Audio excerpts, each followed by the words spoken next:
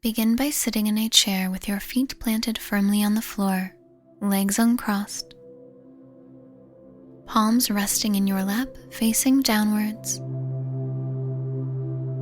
spine tall and straight.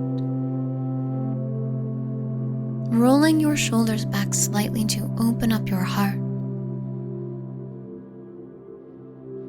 And when you're ready, close your eyes. When we experience anxiety, our bodies often have these responses to it, one of which is breathing heavily through the upper chest, or breathing shallow through the upper chest. Either way, our goal right now is to really let the chest remain neutral and still as you use your abdomen to breathe in and out. And this may feel odd at first, but it helps naturally tell your body that you are safe. If it helps you, you may place one hand on your chest and one hand on your belly. On your next inhale, push your stomach out. And as you exhale, contract your stomach back in, breathing in through your nose and out through your mouth. The hand on your belly will experience a lot of movement this way. However, the hand on your upper chest will remain relatively still. There will be some movement. That's perfectly okay. But the goal here is that you are moving the breath from the upper chest, letting the chest remain calm and still, and breathing through your belly instead. This is a beautiful way to let your body know you are safe. Keep breathing this way. Belly expands on every inhale through your nose and contracts on every exhale through your mouth.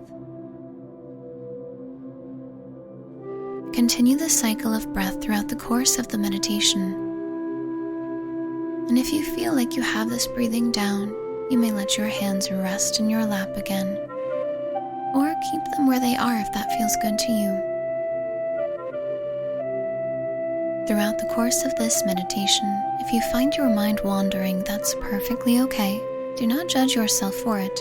Instead, when it happens, just return your focus to the style of breath and to the words you are hearing.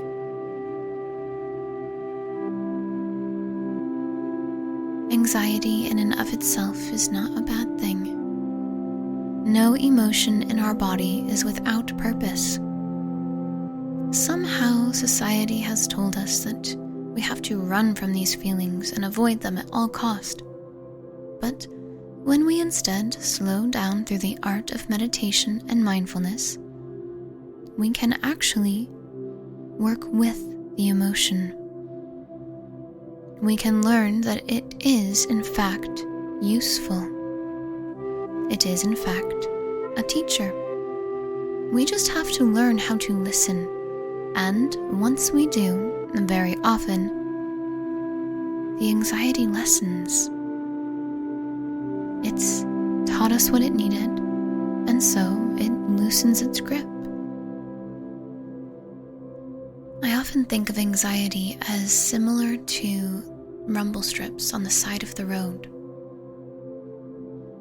They're there to remind you that you've gone off the course of your desired path. When you don't listen to the anxiety, it gets louder. Now you're driving past the rumble strips, down into the trees, down into the ditch. It gets harder and harder to keep driving. What if you had a tool where you could listen to the anxiety as soon as you felt it and get right back on a calm, smooth path? This is that tool. Feel grateful to yourself for being here. Trust and know in your heart that this tool, this service, this practice will serve you for life. begin to feel grateful to yourself, saying thank you out loud or in your mind for simply being here, for showing up for this.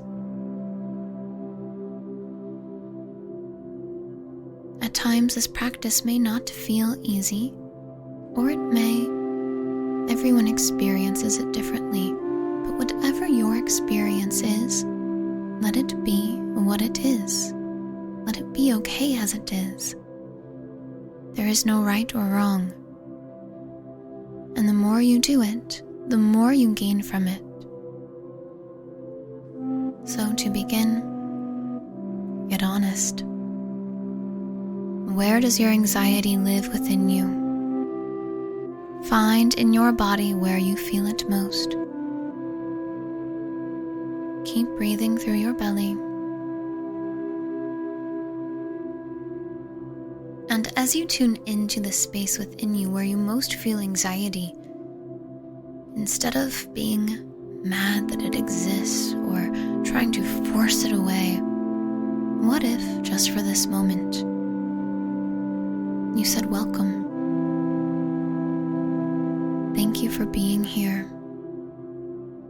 I know you have a message for me. I know you are a teacher. I'm sorry I haven't been listening, but I am here to listen now.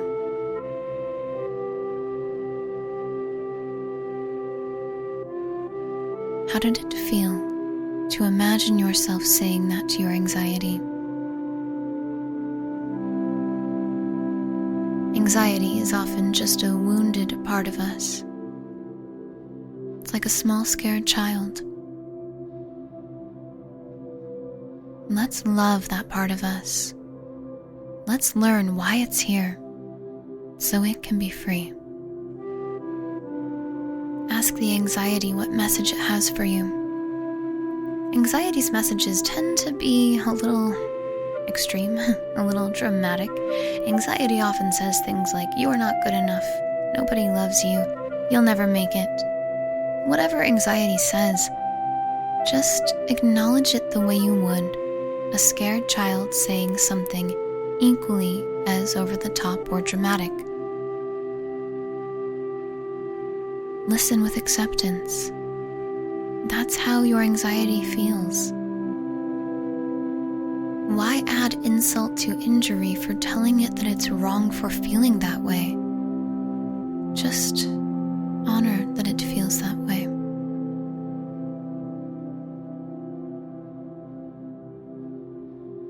And now, this is where the fun part comes in.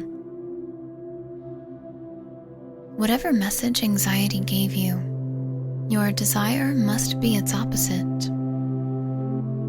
For example, if anxiety says you are not good enough, then that must mean you have a strong desire to feel worthy and enough.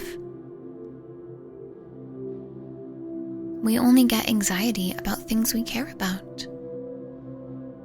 This is why it's signaling to us that its opposite is our desire. And when we lean into the desire instead, the anxiety has taught us its lesson and can be free. So, what is the opposite of the message anxiety gave you? If it helps, you can fill in these blanks. If my anxiety said blank, then that means I desire blank. Now say that affirmation out loud or in your mind. I desire, and fill in the blank with your desire. Take a deep breath in, stomach and ribcage fully expanding, holding your breath at the top. And whenever you're ready, exhale with a sigh. Keeping your focus now on this desire. Feeling grateful for your anxiety, showing you the way, leading you towards this desire.